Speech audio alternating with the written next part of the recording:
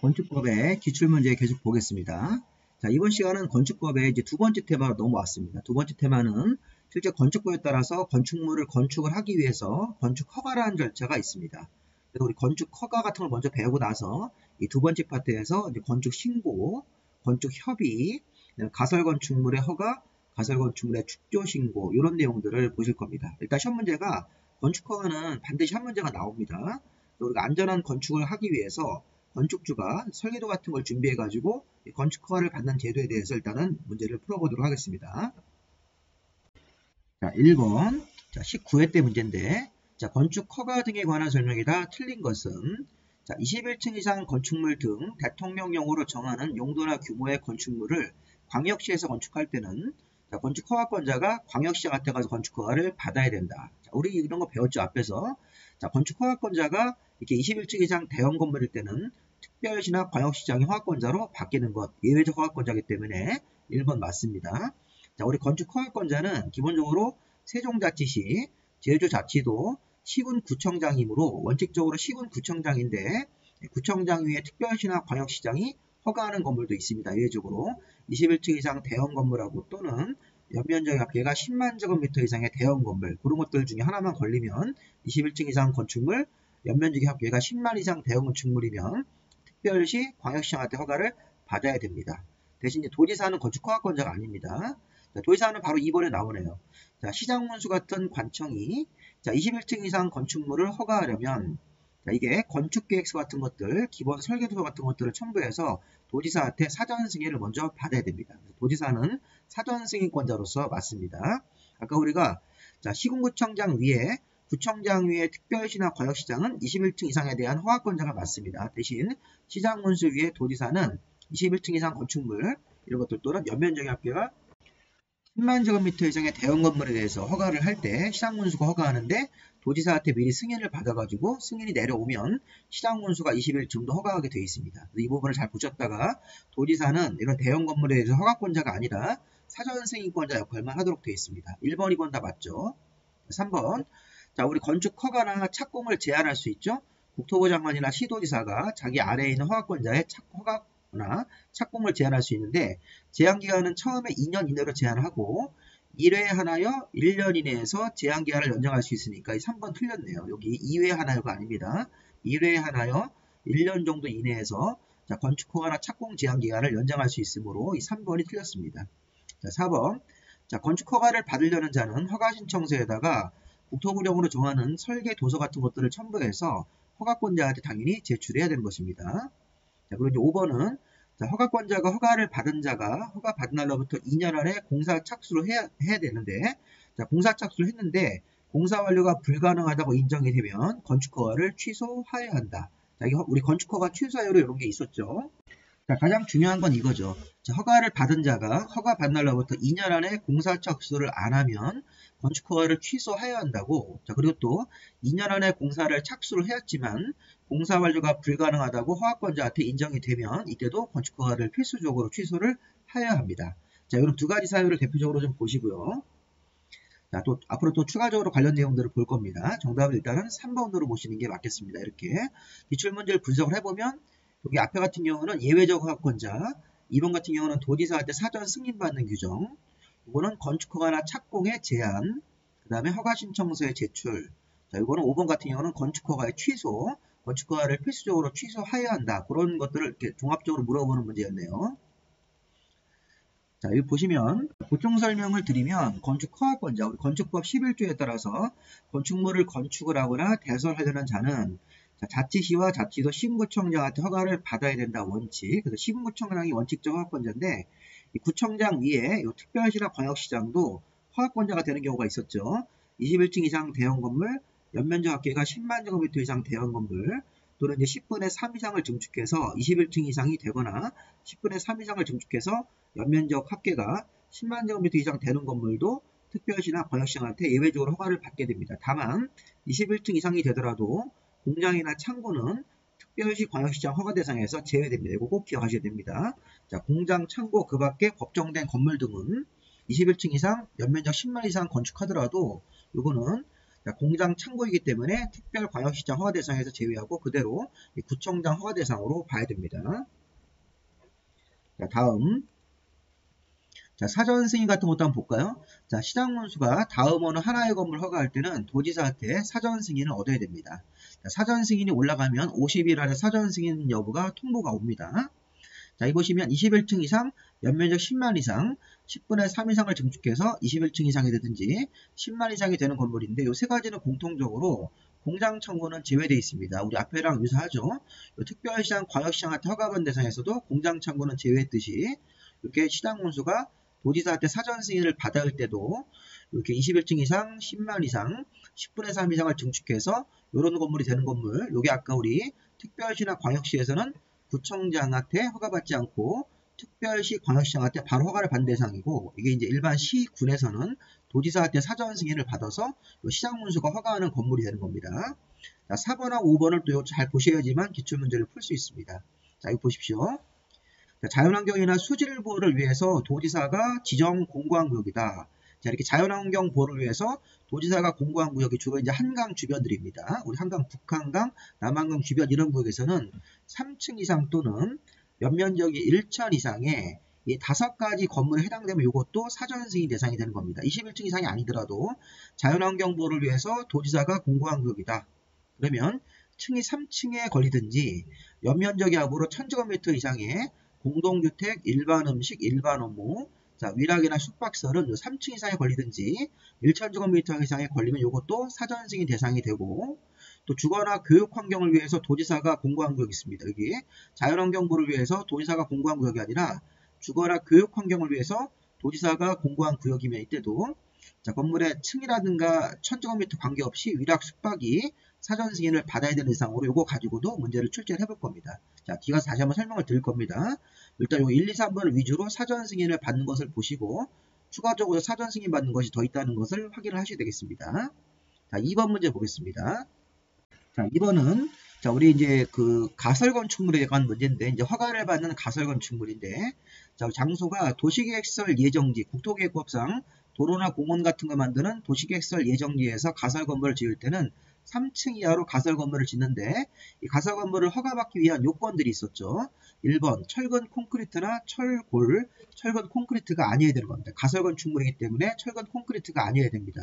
자, 층도 3층 이하야 되고, 자, 우리 허가를 받으려면 이 가설 건축물 자체가 공동주택이나 판매 운수시설 같은 경우로 분양 목적이 아니어야 됩니다. 이 가설 건축물을 이런 용도로 만들어서 분양 목적으로 지으면 허가가 안 나옵니다. 그래서 우리가 철근 콘크리트가 아니어야지만 허가가 나올 수 있고, 가설 건물에 대한 허가, 이게 이제 허가를 받는 가설 건축물이고, 가설 건축물을 공동주택이나 판매시설 같은 거로 지어서 분양을 하면 허가가 안 나옵니다.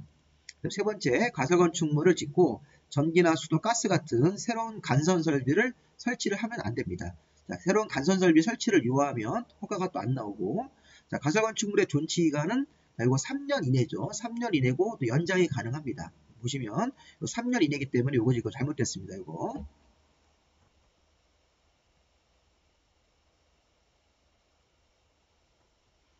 그리고 이 가설 건축물은 도시계획시설 예정도로 같은 도시계획시설 예정지에서도 이 가설 건축물을 허가받고 지을 수 있는 것입니다.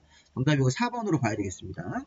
그래서 가설 건축물은 이 존치기가 3년 정도 이내를 맞추고 도시계획시설 예정도 같은 데서 가설 건축물 같은 경우는 허가받고 지을 수 있고, 자, 새로운 간선 설비를 설치해서는 안 돼야 됩니다. 이게 이제 우리 도시계획시설 예정지에서 짓는 가설 건축물은 철근 콘크리트가 아니어야 되고 분양 목적이 아니어야 됩니다. 이런 것들이 모두 맞았을 때 가설 건축물을 3층 이하로 허가를 받고 지을 수 있는 것입니다. 그래서 우리가 건축법상 도시계획시설 예정지란 말이 나오고 가설 건축물이 나오면 이게 바로 이제 허가를 받고 짓는 가설 건축물이고, 허가를 받고 짓는 가설 건축물은 이런 조건들이 모두 맞아야지만 허가를 받을 수가 있습니다. 건축법 20조 1항에 근거해서. 자, 답은 4번이겠죠. 가설 건축물의 존치 기간은 3년 이내고 연장을 할 수가 있습니다.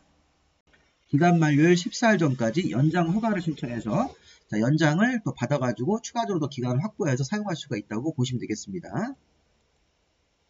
자, 우리 허가 대상 가설 건축물 같은 경우 이렇게 보시면 장소가 도시계획시설 예정지에서 가설 건축물을 축조하려는 자는 신구청장한테 가설 건축물 허가를 받고 착공 신고하고 공사를 착수합니다. 완공되면 사용 승인을 받고, 자, 기간을 연장할 때는 기간 만료 14일 전까지 연장 허가를 신청하고, 자, 연장을 몇 년으로 한다는 말은 따로 없으니까 그냥 연장이 가능하다만 보시면 되겠습니다. 자, 조건은, 자, 국토계획법 64조에 위반되면 불허가니까 도시계획시설부지에서 2년 동안 사업이 없을 때 가설 건물을 짓는 이런 규정 같은 것들을 잘 맞춰서 줘야 되는 것이고, 자, 4층 이상이면 불허하기 때문에 3층 이하로 줘야 됩니다. 그리고 요 기역, 니은, 디귿, 리을 같은 조건에 위반하면 불허하기 때문에 요걸 아까 문제를 낸 거죠. 철근 콘크리트가 아니어야 되는데 철근 콘크리트 지으면 불허가.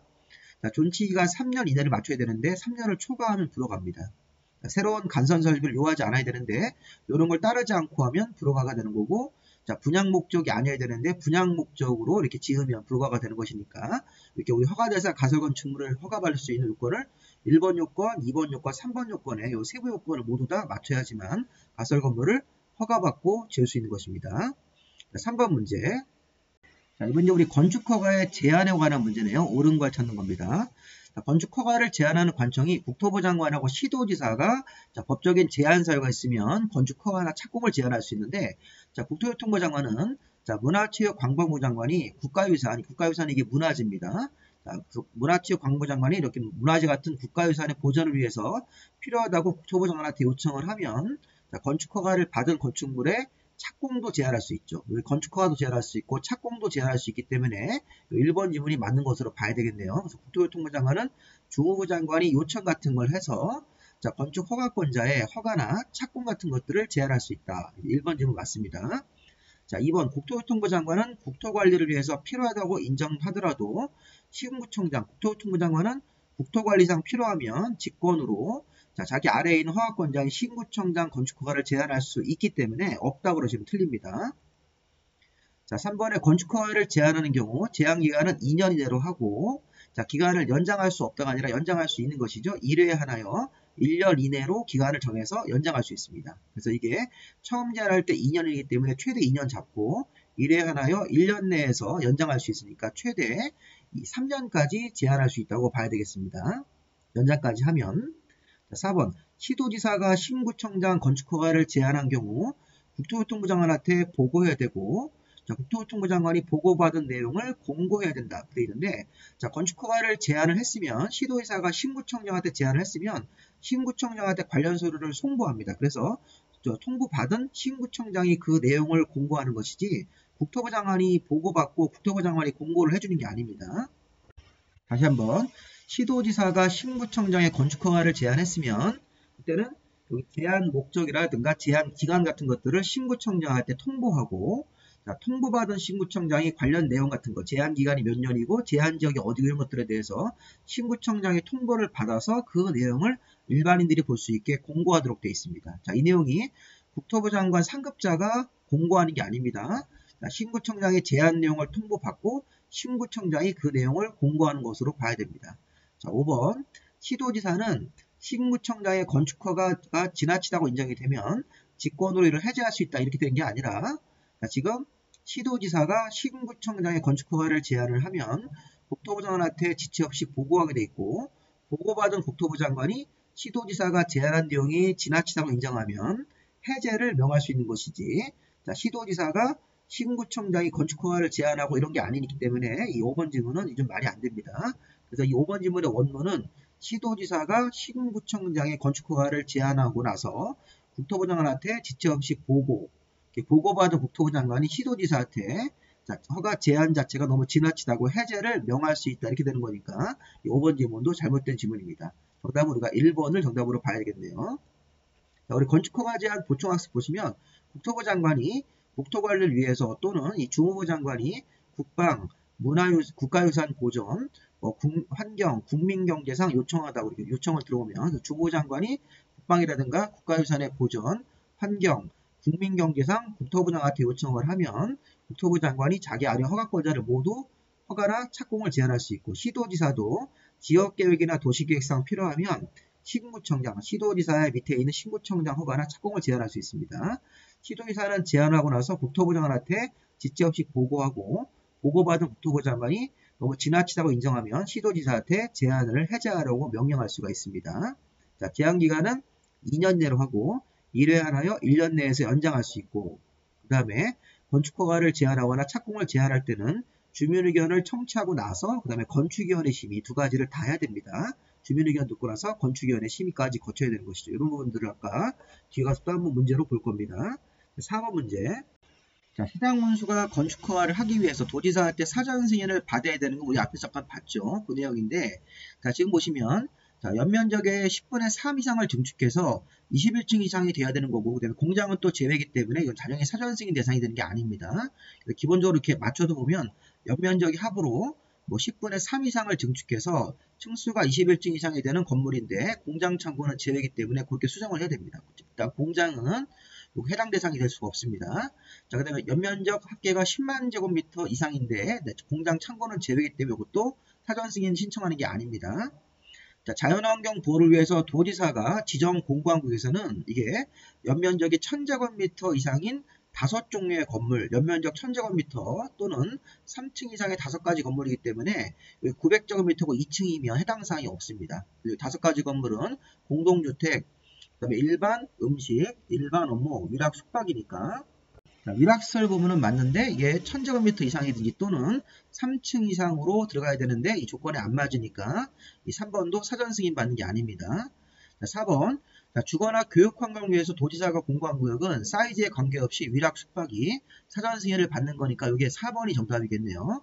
자, 자연환경이나 수질보호를 위해서 도지사가 공고한 구역에서는 연면적이 아까도 얘기했지만 1000제곱미터 이상이든지 또는 3층 이상의 5종류 건물인데 숙박설은 맞지만 사이즈가 안 맞기 때문에 사전 승인 받는 것이 아닙니다. 정답 4번으로 보시고 사전 승인 다시 한번 보세요. 자, 시장운수가 다음 5가지 건물에 대해서 허가를 하기 전에 도지사한테 사전 승인을 신청하고 도지사한테 사전 승인을 얻어야 된다. 자, 도지사가 사전 승인 같은 거 요청을 받으면 50일 안에 승인 여부를 통보하도록 되어 있고, 자, 21층 이상 건물, 연면적 합계가 10만 이상 건물, 10분의 3 이상을 증축해서 21층 이상이 되든지 또는 10만 제곱미터 이상이 되는 건물인데 이런 것들은 다 공장 창고는 제외되어 있습니다. 그리고 자연환경이나 수질보호를 위해서 도지사가 공고한 구역이 있다. 이때는 3층 이상 또는 1000제곱미터 이상 둘 중에 하나가 맞아야 되고 5가지 건물들이 있으니까 공동주택, 일반 음식, 일반 업무, 위락 숙박이 사전 승인을 받는 거고, 자, 주거나 교육 환경을 위해서 도지사가 공고한 구에서는 이때는 이런 면적 같은 거라든가 층은 없이 이 두 종류 위락 숙박이 사전 승인 대상이 되기 때문에 아까 우리 문제에서 2번, 이 4번이 정답이 되겠습니다. 여기 5번 같은 경우는 사이즈가 미달이고 여기 3번 같은 경우는 사이즈가 안 맞습니다. 1번하고 2번은 공장이나 창고는 제외이기 때문에 적용 대상이 될 수가 없습니다. 비율도 틀렸고요. 정답이 4번으로 보시면 되겠고요. 자, 5번 문제. 자, 건축허가 및 건축신고에 관한 설명이다. 틀린 것은 이것도 이제 건축허가하고 건축신고를 이제 혼합한 문제인데, 자, 수질보호를 위해서 도지사가 좀 전에 우리 봤던 거네요. 자, 사전 승인 대상에서 수질보호를 위해서 도지사가 공고한 구역이니까, 자, 시장문수가 3층짜리 관광호텔 같은 거를 건축하기 위해서 도지사한테 사전 승인을 받아야 되는 것 맞습니다. 이게. 자, 보시면 아까 우리 도지사가 자연환경이나 수질보호를 위해서 별도로 공고한 구역에서는 층수가 3층 이상이든지 아니면 연면적의 합으로 1000제곱미터 이상의 5종류의 건물인데 거기에 관광호텔 같은 숙박설이 들어가게 되어 있습니다. 도지사한테 사전 승인 받는 것이 맞습니다. 2번 자, 숙박설에 해당하는 건축물을 건축하는 경우에는 건축물의 용도나 형태가 주거나 교육 환경에 부적합하면 자, 건축법 관련 종류는 맞더라도 주거나 교육 환경에 부적합하면 건축위원회 심의를 거쳐서 건축허가를 거부할 수 있습니다. 자, 맞습니다. 위락이나 숙박설은 건축을 허가하는 경우에 자, 건축법 관련 규정에는 모두 맞지만 주거나 교육 환경 같은 거에 안 맞으면 건축위원회 심의를 거쳐서 건축허가를 거부할 수 있는 건물이 맞습니다. 위락 숙박이 건축허가의 거부에 걸릴 수 있습니다. 3번 시도지사는 시군구청장의 건축허가를 제한한 경우 즉시 국토교통부 장관한테 보고하도록 되어 있습니다. 그렇죠. 자, 시군구청장이 건축허가나 착공을 제한했을 때는 국토부 장관한테 보고하고 국토부 장관이 너무 지나치다고 인정하면 시도지사한테 해제하라고 명령할 수 있습니다. 자, 연면적이 180제곱미터고 층이 2층짜리 건물에 대해서는 건축 신고 대상이다. 자, 좀 이따 볼 건데, 자, 우리 건축 허가를 안 받고 소규모 대선 같은 경우, 소규모 건축물에서 대선 같은 거 할 때는 건축 신고 대상이 맞습니다. 자, 5번 건축 허가 대신 건축 신고한 사람은 신고한 날로부터 6개월 안에 공사 착수 안 하면 신고 여력이 없어지는데 여기 지금 1년이죠. 1년. 6개월이 틀렸습니다. 1년 안에 공사 착수 안 하면 신고 여력이 없어지는 것입니다. 4번하고 5번이 이제 건축 신고에 관한 규정인데 정답을 일단 5번으로 보시고 자, 보충 설명을 좀 드리면요. 우리 예전에 이론 공부하실 때도 배웠는데 건축법 11조가 아니라 14조에 따라서 자, 소규모 건축물의 건축이나 소규모 대선은 신구청장한테 신고하면 허가받은 것으로 보는 겁니다. 그래서 여기 보시면 건축허가 대신 건축 신고만 하면 되는데 허가보다 간단하게 신고한 사람은 착공신고하고 1년 안에 공사를 착수해야 됩니다. 자, 건축 신고 후 1년 안에 공사 착수 안 하면 신고 여력이 상실되는 것이죠. 물론 이제 정당한 사유가 있으면 1년 범위내에서 착수 기간을 연장할 수 있습니다. 자, 그리고 우리가 소규모 건축이 뭔가를 봐야 되겠는데요. 좀 전에 우리가 자, 소규모 건축이거나 소규모 대선은 자, 신구청장한테 허가를 안 받고 신고하면 허가받은 곳으로 간주하는 건데 이 신고 대상의 소규모가 뭐냐라는 걸 확인을 좀 해야 됩니다. 자, 이 분홍색 부분이 이게 뭡니까? 분홍색 부분이 이게 자, 이게 바로 이제 대선 부분이고 여러분 파란색 부분이 건축입니다. 자, 소규모인데 자, 우리 소규모 건축할 때는 어떻게 되나요? 자, 먼저 85제곱미터 이내로 증개 재축 바닥 면적의 합으로 85제곱미터 이내에서 증축 개축 재축을 하면 대표적으로 우리 건축 중에서 자, 앞에서 우리가 소규모 건축인데 건축 안에는 신축, 증축, 개축, 재축이 다 들어갑니다. 그래서 우리가 기본적으로 증개 재축이 85제곱미터라는 면적 이내에서만 이루어지면 자, 소규모 증개 재축으로 보고 이거 신고할 수 있습니다. 자, 2번하고 이제 5번은 이건 신축이라고 해석하시면 되겠습니다. 2번하고 5번이 자, 증개 재축이 1번에 있으니까 여기서 말하는 건축은 신축으로 해석을 하시고 자, 신축을 하는데 일단 장소가 관리, 농림, 자연환경 보존지역 같은 장소에서는 연면적 200제곱미터 미만을 맞추고 3층 미만을 맞춰서 건축을 하면 이게 바로 신고 대상으로 나올 수 있는 신축으로 볼 수 있다는 것입니다. 자, 예를 들어서 자, 관리지역 같은 땅에서 연면적이 200 미만이니까 180으로 맞추고 동시에 층을 3층 미만이니까 2층 정도로 맞추시면 돼요. 그래서 관리지역에서 180으로 연면적 내고 층을 2층 정도로 설계해서 건축을 하면 이게 바로 신고 대상으로 나올 수 있는 대표적인 시험 문제입니다. 자, 다만 이 지역이 지구단위 계획구역 같은 거나 방제지구로 묶여 있을 때는 신고 대상에서 제외하는 건데 이건 참고로 보시고요.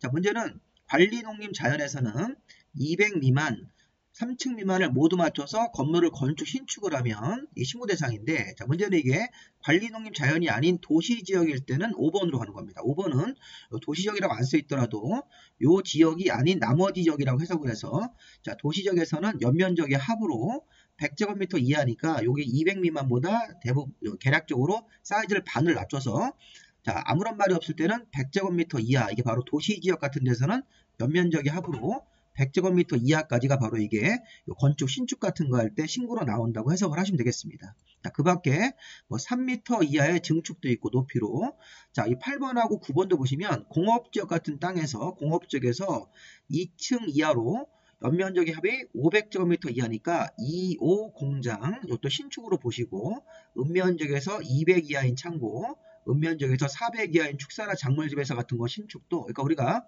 공장이나 여기 창고, 축사 같은 경우는 사이즈가 또 별도로 정해져 있는 것입니다. 여기 이 5번하고 2번하고 다르게 보시면 공업지역 같은 땅에서 또는 산업단지에서 2층 이하를 맞추고 500제곱미터 이하로 공장을 신축할 때는 이 조항에 따라서 건축 신고할 수 있고 자, 창고라든가 축사도 읍면적에서 자, 농업이나 수산업을 위해서 창고 200 이하 축사나 작물재배사가 400 이하로 신축 같은 거 하면 이거는 별도로 이렇게 공장이나 창고나 축사기 때문에 사이즈를 별도로 내서 이것도 소규모로 인정을 해가지고 건축 신고를 할 수 있다는 것입니다.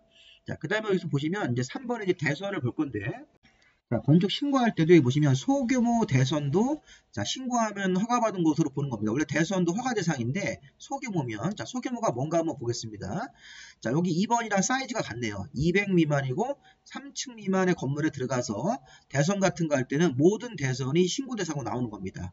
자, 우리 예전에 대선 배울 때 이런 거 있었죠.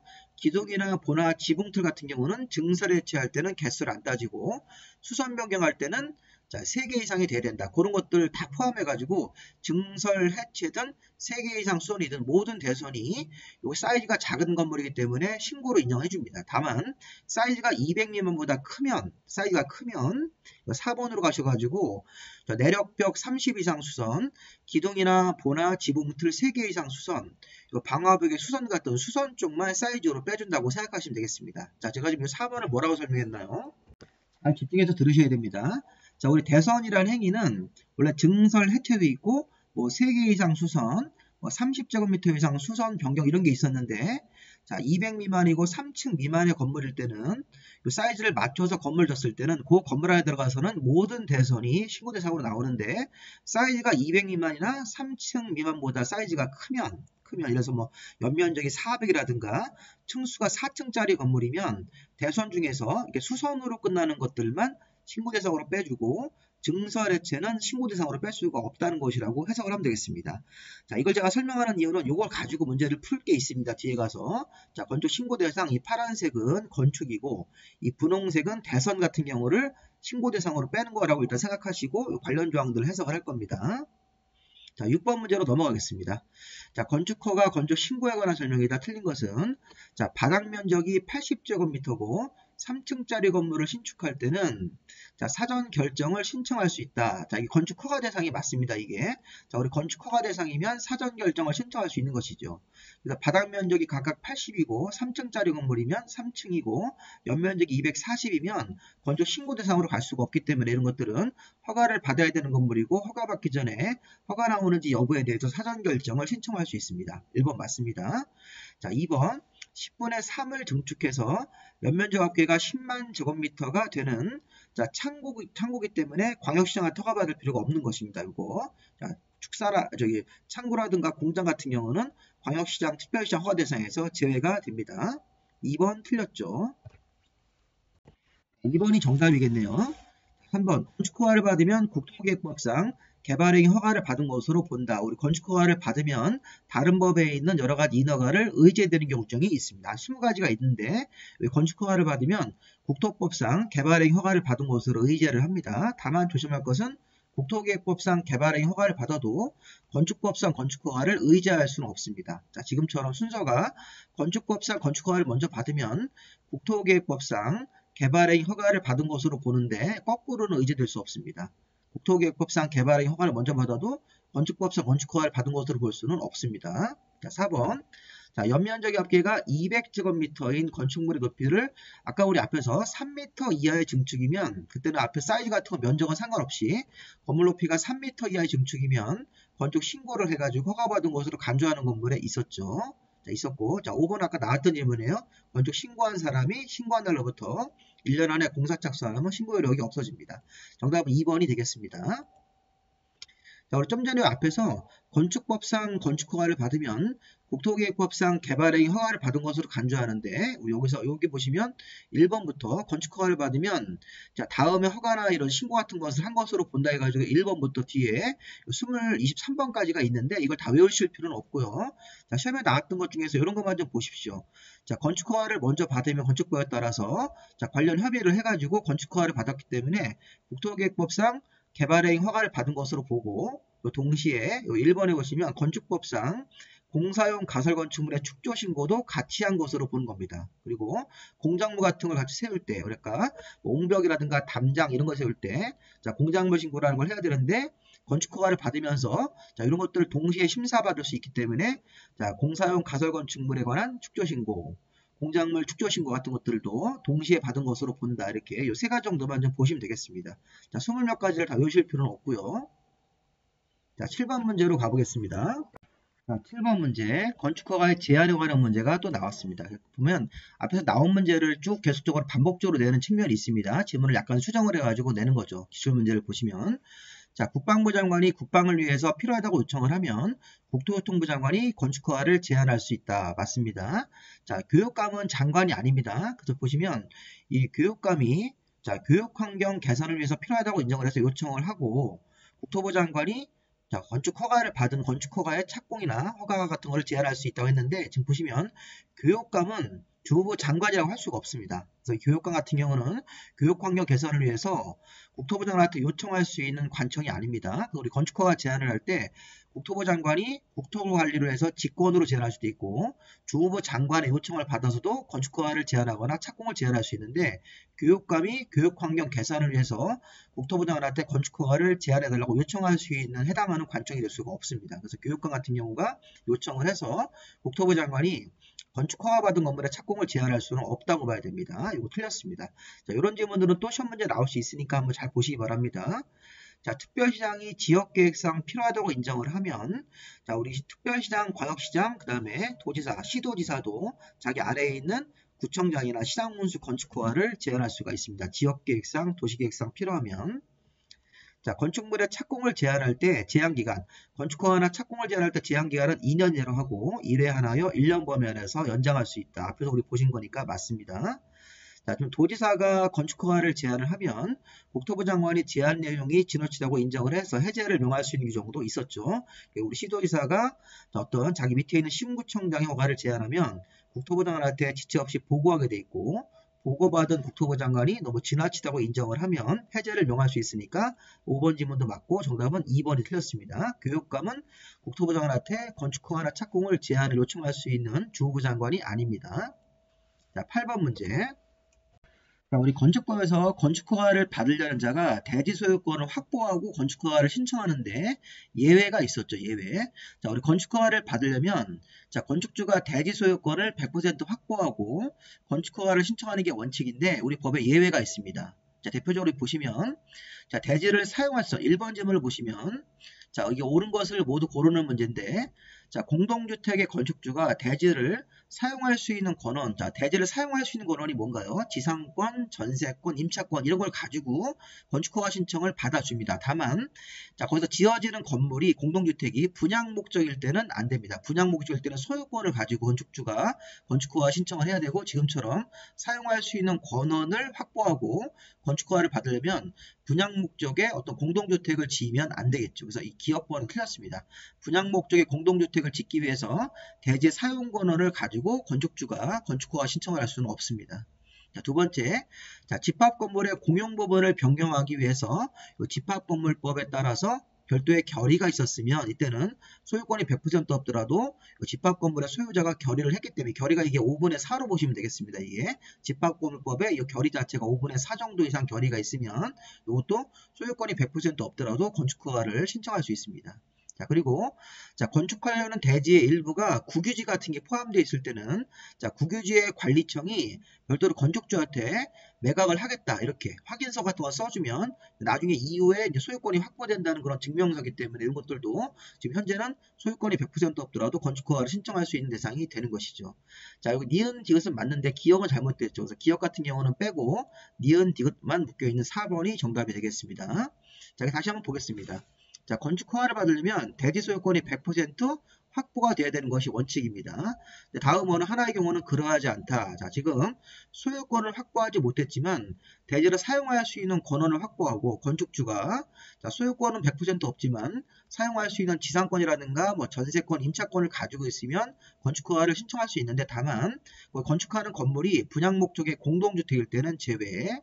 자, 그 다음에 자, 건축물을 신축하거나 개축, 재축, 리모델링을 하는데 이게 건축물을 짓는 대지가 이렇게 공유자로 이렇게 여러 사람들의 소유로 되어 있습니다. 그러면 이때는 공유자 수의 80%, 공유자 지분의 80% 이상 2개의 동의를 받으면 100분의 20의 동의가 없더라도 건축허가를 별도로 신청을 할 수가 있습니다. 그래서 신청하고 나서 건축허가를 받은 다음에 확보 못한 100분의 20에 대해서는 매도 청구를 할 수가 있으니까요. 3번에 아까 나왔던 지문이죠. 자, 건축하려는 대지에 국공유지가 있을 때 해당 관리청이 매각이나 양해할 것을 확인한 경우 이렇게. 근데 집합건물법에 따라서 별도의 결의가 있었을 때도 이런 경우도 아까 우리 이제 100% 소유권이 없더라도 건축허가를 신청할 수 있다고 보시면 되겠습니다. 자, 9번 문제. 자, 사전 결정에 관한 문제. 사전 결정 문제가 처음 나왔는데요. 자, 우리 사전 결정 제도는 그림을 먼저 보세요. 자, 건축허가를 신청하는 대상 중에서 자, 이 건축주가 허가권자한테 미리 물어보는 게 사전 결정입니다. 우리 사전 결정이라고 하는 것은 건축허가 나올 수 있는지 건축허가 여부, 건축 가능한 규모에 대해서 미리 궁금하면 건축허가를 신청하기 전에 미리 건축주가 허가권자한테 사전 결정이라는 걸 신청을 하고 사전 결정이 딱 있으면 7일 안에 통지 오게 되어 있습니다. 그래서 보시면 자, 사전 결정을 건축허가 신청하기 전에 미리 신청할 수 있다. 건축주가 허가받는 그 대상 건물에 대해서 허가권자한테 사전 결정을 신청을 합니다. 사전 결정 통지가 옵니다. 그럼 사전 결정 통지로부터 2년 안에 정식으로 건축허가 신청을 내야 됩니다. 그래서 우리 건축허가가 나올 수 있고 가능한 규모는 뭐 층수가 4층까지다 이런 식으로 사전 결정 통지가 오면 거기에 맞게 건축허가 신청을 2년 안에 신청을 해야 됩니다. 만약에 2년 안에 건축허가 신청을 안 하면 2년 되는 다음날 사전 결정 받은 효력이 상실됩니다. 자, 그 다음에 우리 건축허가를 받았으면 공사 착수하는 건 또 2년으로 가는 거죠. 자, 사전 승인하고 헷갈리시면 안 됩니다. 사전 승인은 시장문수가 도지사한테 승인을 받고 허가하는 건물이고 이 사전 결정은 주호가 건축주가 허가권자한테 허가 가능한지 여부, 허가 가능한 규모에 대해서 사전 결정이라는 것을 신청해서 통지를 받고 통지받은 2년 안에 정식으로 건축허가 신청을 내야 되는 그런 규정입니다. 자, 문제 9번 보시면 사전 결정에 관한 설명이다. 틀린 것은 자, 사전 결정을 할 수 있는 자는 건축 허가권자죠. 사전 결정을 내주는 관청입니다. 자, 사전 결정 신청할 때는 건축 허가를 받기 위해서 허가 신청자가 고려할 별도의 사항 같은 것도 사전 결정 신청할 때 자, 물어볼 수 있는 사항이 됩니다. 그리고 사전 결정 신청할 때는 허가 가능한지 여부, 허가 가능한 규모, 그 밖에 허가를 받기 위해서 허가 신청자가 고려할 사항 같은 것들을 기재해서 사전 결정을 신청할 수가 있습니다. 맞습니다. 자, 사전 결정 통지가 있으면 자, 국토계획법상 개발행위 허가가 의제가 되는 경우 허가권자는 사전 결정하기 전에 미리 관계행정위원회 장과 협의를 해야 됩니다. 자, 나중에 또 한 번 할 건데 사전 결정 통지를 받으면 자, 4가지 관련 인허가를 같이 받은 것을 의제해서 자, 유리한 점이 있습니다. 우리 사전 결정 통지를 받으면 국토계획법상 개발행위 허가, 자, 농지법상 농지 전용 허가나 신고 같은 거, 산지관리법상 산지 전용 허가라든가 신고, 뭐 산지 전용 일시사용 허가, 신고 이런 것들을 받은 것으로 보고 하천 전용 허가 이런 것들도 같이 받은 것으로 봅니다.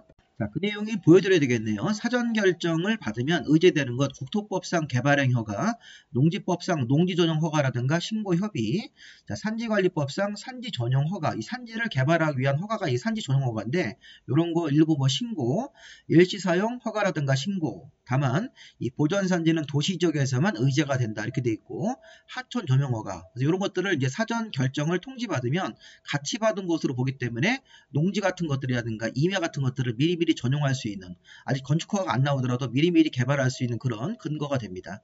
사전 결정 받으면 사전 결정 통지받은 사람한테 유리한 조항 4가지가 있습니다. 이렇게. 그래서 문제로 오시면 그런 4가지를 의제받기 위해서 허가권자가 이 사전 결정을 하기 전에 그 해당 관련 관청들하고 미리 협의를 해야 된다는 그 얘기입니다. 이거. 자, 4번. 자, 사전 결정 신청할 때는 건축위원회 심의나 자, 교통영향평가서 검토를 동시에 신청할 수도 있죠. 자, 5번이 문제가 있는데 자, 사전 결정 신청자는 사전 결정 통지를 받으면 2년 안에 착공신고를 하는 게 아니라 건축허가를 신청해야 되는 것입니다. 2년 안에 건축허가 신청 안 하면 사전 결정 이렇게 상실되는 것. 자, 이거 아까 우리 봤던 건데 정답이 5번으로 보시고요. 자, 사전 결정의 통지를 받으면 2년 안에 건축허가를 신청해서 건축허가를 받고 나서 2년 안에 착공신고하고 공사를 착수하는 것이니까 문제를 자, 사전 결정 신청을 해서 통지를 받고 나서 2년 안에 착공신고한다고 그러시면 안 됩니다. 건축허가를 먼저 신청을 하고 건축허가를 받고 나서 그 다음에 착공신고하고 2년 안에 공사를 착수하시는 겁니다. 이렇게 건축허가를 받고 나서 2년 안에 공사 착수니까 자, 사전 결정 통지 받으면 2년 안에 건축허가를 신청해야 된다. 이렇게 됩니다. 그래서 여기 보시면 이 5번 지문 자체가 틀렸죠. 2년 안에 착공신고가 아니라 2년 안에 건축허가를 신청해야 됩니다. 그렇게 안 하면 건축허가 신청 안 하면 2년 되는 다음 날에 사전 결정 요력이 상실됩니다. 요 사전 결정 내용을 좀 다시 한번 검토해 보면요. 자, 건축주가 건축허가 신청하기 전에 자, 건축법에 따라서 허용이 되는지 허가 가능한 규모, 허가 신청할 때 고려할 사항 같은 것들을 이렇게 적어서 사전 결정을 신청할 수가 있습니다.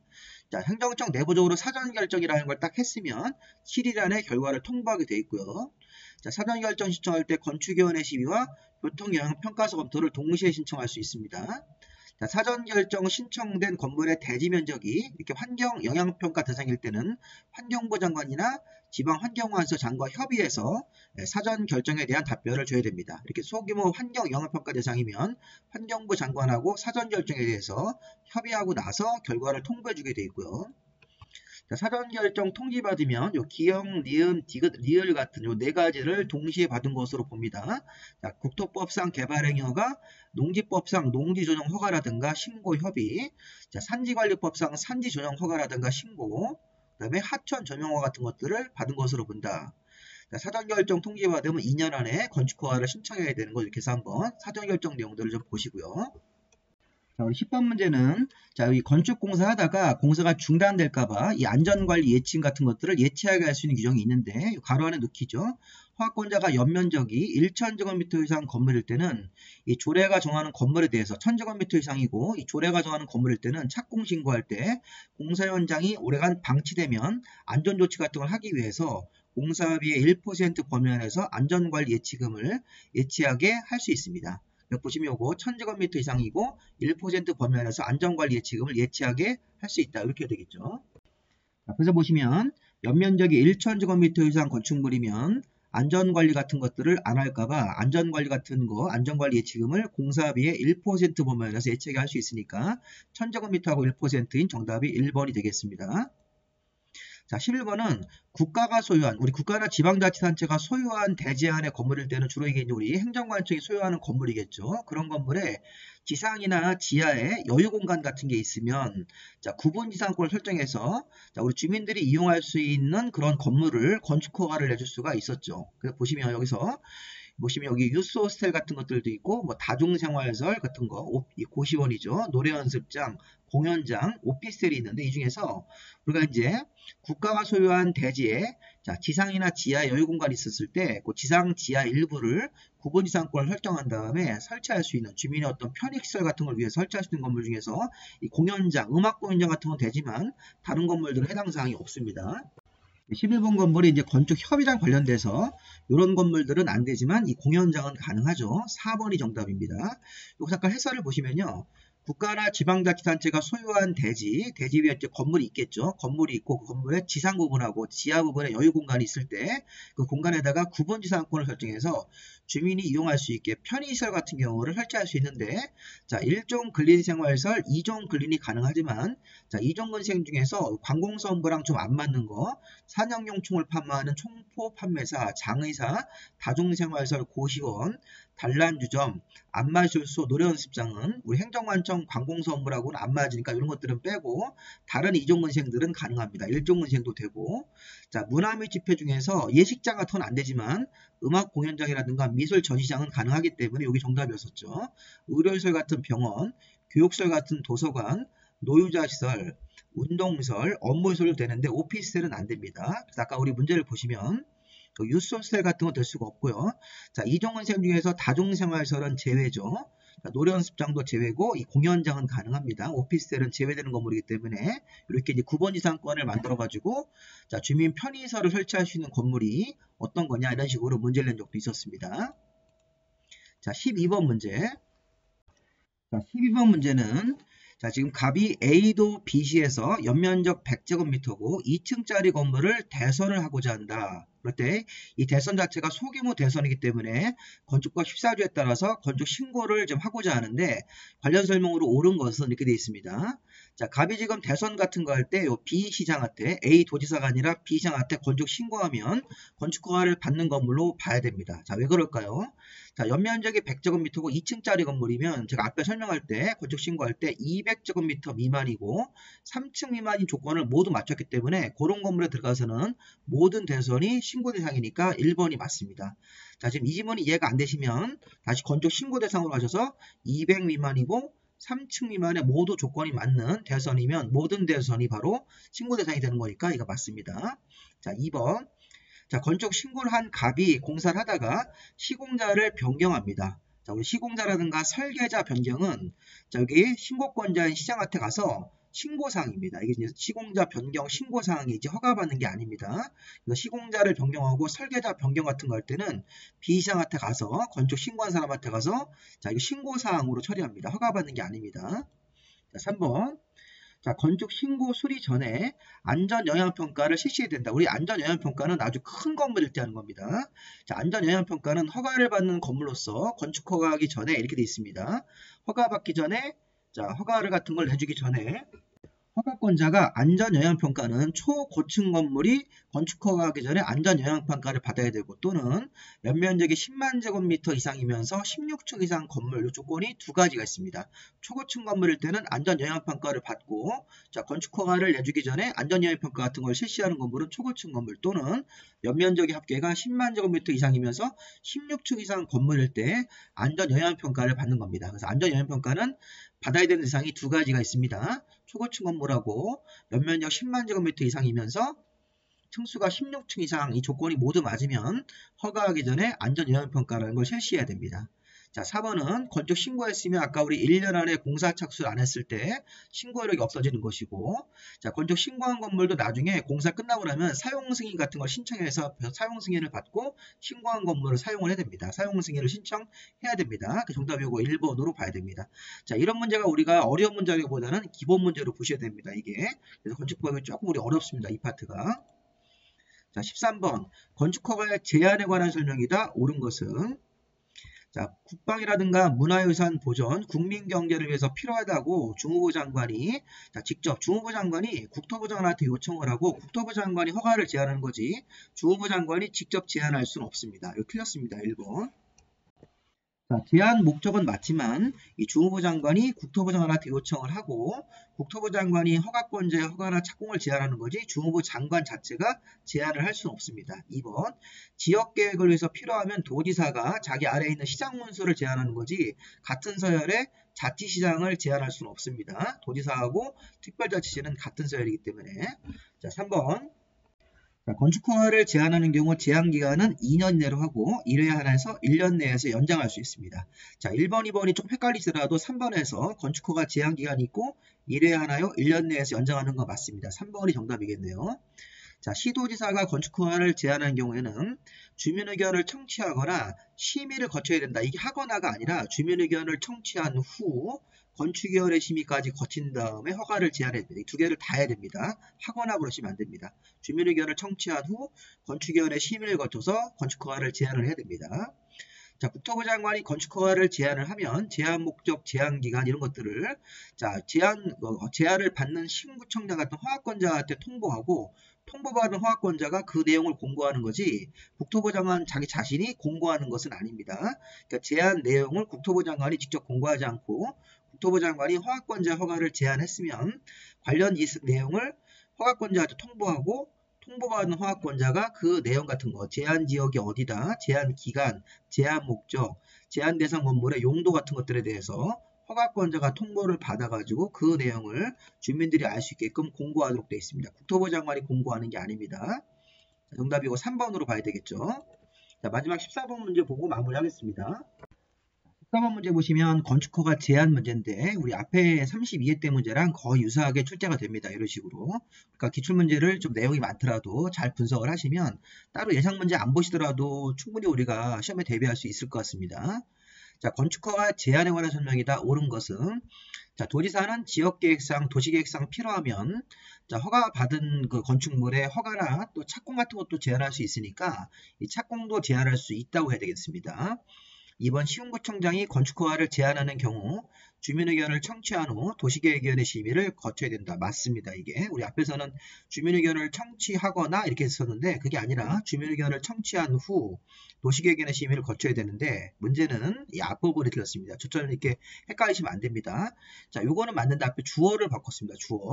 주어가 자, 국토부 장관이나 시도지사가 건축허가를 제한하는 겁니다. 허가권자 허가를 제한하는 거지 시군구청장 허가권자가 스스로 건축허가를 제한하는 규정은 없습니다. 이 앞부분이 틀렸네요. 2번.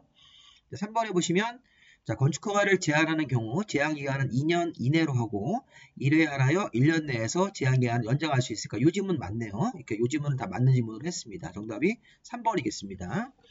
자, 건축허가를 제한하는 경우 국토부 장관이 자, 이게 허가권자 허가를 제한했을 때는 제한 목적이나 제한 기간 등을 허가권자한테 통보하고 통보받은 허가권자가 그 내용을 공고하도록 돼 있지 국토부 장관 스스로 이렇게 공고하는 게 아닙니다. 국토부 장관은 제한을 하고 나서 제한 목적이나 제한 기간 등을 허가권자한테 통보하고 통보받은 허가권자가 그 내용을 지체 없이 공고하도록 되어 있습니다. 자, 5번. 자, 건축허가를 제한하는 경우 허가권자는 즉시 국토부 장관한테 보고해야 되고 보고를 받은 국토부 장관은 제한 내용이 지나치다고 인정을 하면 자, 직권으로 이를 해제해야 되는 게 아니라 해제를 명할 수 있다 이렇게 되겠죠. 국토부 장관이 제한 내용이 지나치다고 인정을 하면 자, 그 내용을 직권으로 해제를 하여야 한다가 아니라 해제를 할 수 있습니다. 자, 그리고 이 보시면 이 앞부분도 조금 이상합니다. 이 지문의 원문은 자, 시도지사가 자, 신구청장 허가나 착공을 제한했을 때 시도지사가 국토부 장관한테 보고하는 거지 허가권자가 보고하는 것은 아닙니다. 그래서 이 앞부분도 좀 틀렸다고 보셔야 됩니다. 그래서 이 건축허가를 제한한 경우 시도지사가 국토부 장관한테 보고를 해야 된다고 해야 되고 보고받은 국토부 장관은 제한 내용이 지나치다고 인정하면 해제를 명할 수 있다. 이렇게 임의규정으로 봐야 됩니다. 정답이 이거 지금 3번으로 봐야 되겠습니다. 자, 여기까지 문항수가 많았는데 이 부분은 되게 중요한 부분이고 많이 출제가 되니까 이 다음 강의에서 또 한번 내용들을 보도록 하겠습니다. 자, 수고 많이 하셨습니다.